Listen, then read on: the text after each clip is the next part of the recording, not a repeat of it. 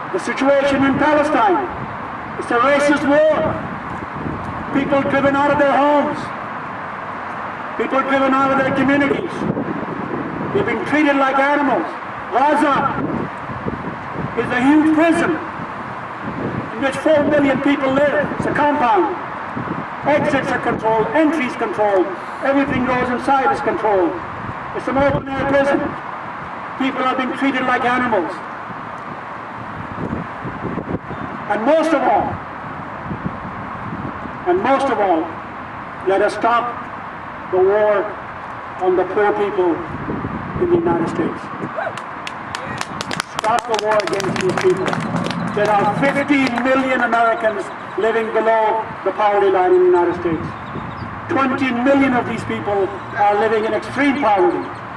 Extreme poverty. Out of those 20 million, 8 million are children. Let's stop these insane wars in the Middle East, bring our troops home, bring our dollars home, and take care of our own. Thank you for being here. One more time. No war in Iran! No war in